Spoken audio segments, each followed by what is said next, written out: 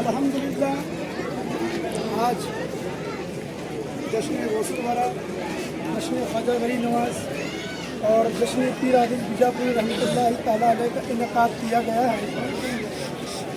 ये जश्न गौसुल वरा जो है ये तमाम औलिया कराम का दस्तूर रहा, जो सरकार पीर आदिल बीजापुरी रहमतुल्लाह ताला अलैह तक पहुँचा और वहाँ से मेरे पीरो मुर्शिद आरिफ बिल्ला हज़रत ख्वाजा शेख मोहम्मद अब्दुल रऊफ़ शाह कादरी अल चिश्ती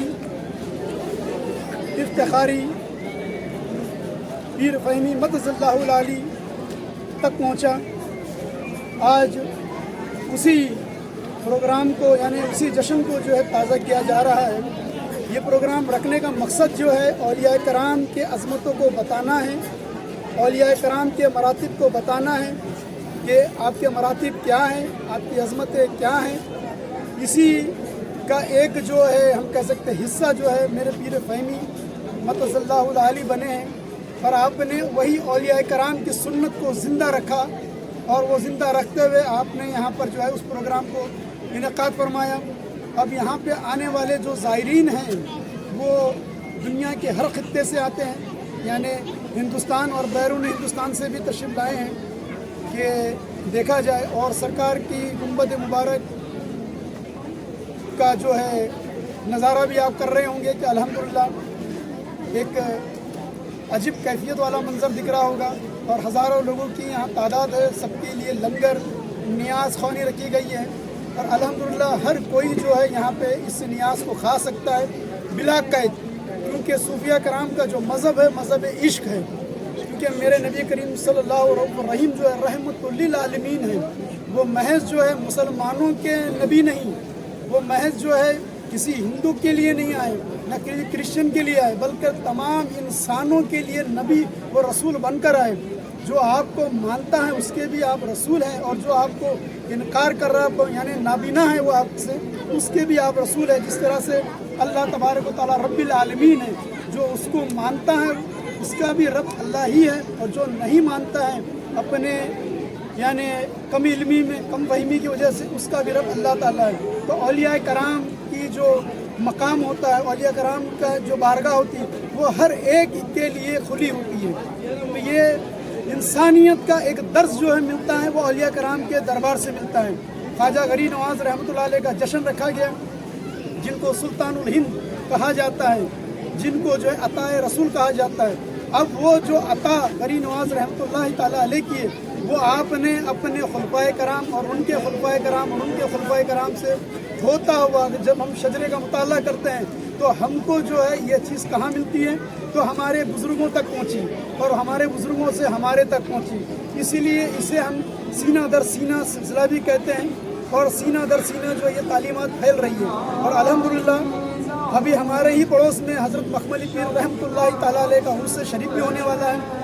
बड़े खुश नसीब हैं ये खपोली वाले जिनको जो है इतने औलिया कराम का साथ मिला, संगत मिली और अल्हम्दुलिल्लाह उनकी वजह से जो है आज हज़ारों लोग इस खपोली शहर को जानने लगे। जो गुमनाम था सरकार मखमली पीर रहमतुल्लाह ताला अलैह और मेरे पीर हज़रत पीर फ़हीमी मदज़ल्लाहुल आली के सबके तुफ़ैल में आज दुनिया भर में खपोली का नाम है और अल्हम्दुलिल्लाह क़यामत तक ये नाम जारी व सारी रहेगा। मैं दुआ करता हूँ कि जो भी परेशान हाल है मौला उनके परेशानी को दूर फरमाए और हमारे जितने भी मुसलमान भाई जहाँ कहीं भी हैं परेशान हाल है मौला उनकी परेशानी को दूर करे। वमा अलैना इल्लल बलाग। एक मुख्तसर सा सवाल है, मेरे ख्याल आया जज कि अभी ज़रा हमारे दर्शकों को और ज़ाहिरीन को बताएंगे कि जमाती अव्वल के इस महीने की कितनी 19 तारीख होती है जहाँ पर ये प्रोग्राम को अंजाम दिया जाता है? नहीं, ये हमने उर्दू की तो तारीख से हम एक मुख्तसर प्रोग्राम करते हैं, मगर अभी हालात हाज़रा के हिसाब से जो है हम ये लोगों को एक सैटरडे जो है वो जमता है ताकि संडे के दिन लोग जो है काम आराम कर सके। तो वो हिसाब से ये सैटरडे रखा गया है, यानी नवंबर के महीने में रखते हैं क्योंकि यहाँ के जो मौसम इन्वायरमेंट है वो बरसात की वजह से हम उस मौसम में नहीं रख सकते।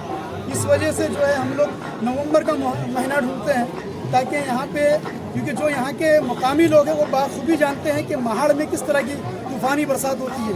तो वो इसलिए हमारे पीर मुर्शिद ने जो ये एक रखा है कि एक यानी ایک موسم میں ایک اعتدال رہے، اعتدال کے اعتبار سے رکھا۔ باقی غوث پاک رضی اللہ تعالیٰ کی 11ویں ہر مہینے منائی جاتی ہے، غری نواز رحمۃ اللہ کی چھٹی ہر مہینے یعنی اس 6 تاریخ کو منائی جاتی ہے، اس کا فاتحہ ہوتا ہے، شجرہ فاتحہ خوانی کیا جاتا ہے۔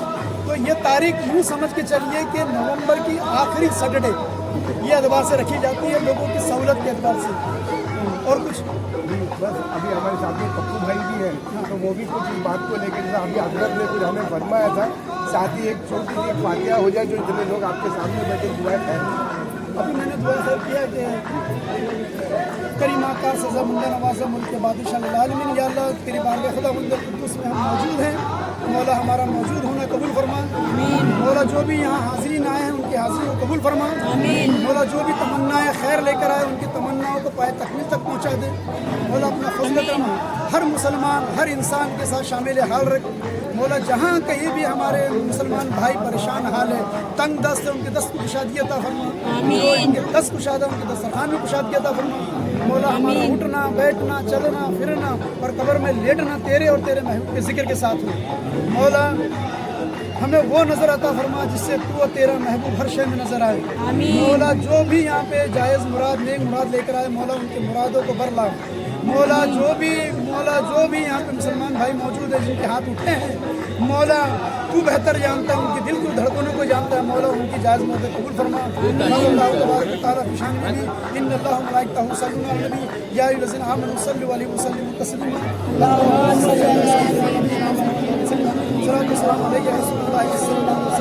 جہاں جلسہ ہونے والا وہاں بھی ذرا دیکھ لیجیے، آگے میں بتا دوں جلسہ جہاں ہوگا۔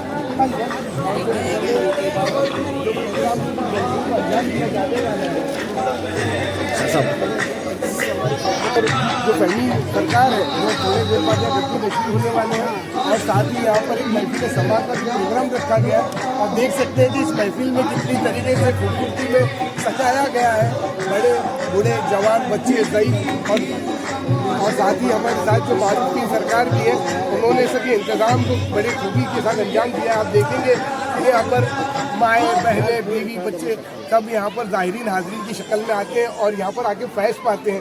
تو اور کچھ ہم چاہیں گے کہ حضرت کچھ روشنی میں اور کچھ باتیں کریں۔ ابھی یہ جو جلسہ گاہ دیکھ رہے ہیں، کچھ ہی دیر کے اندر جو ہے یہاں محفل سما ہوگا۔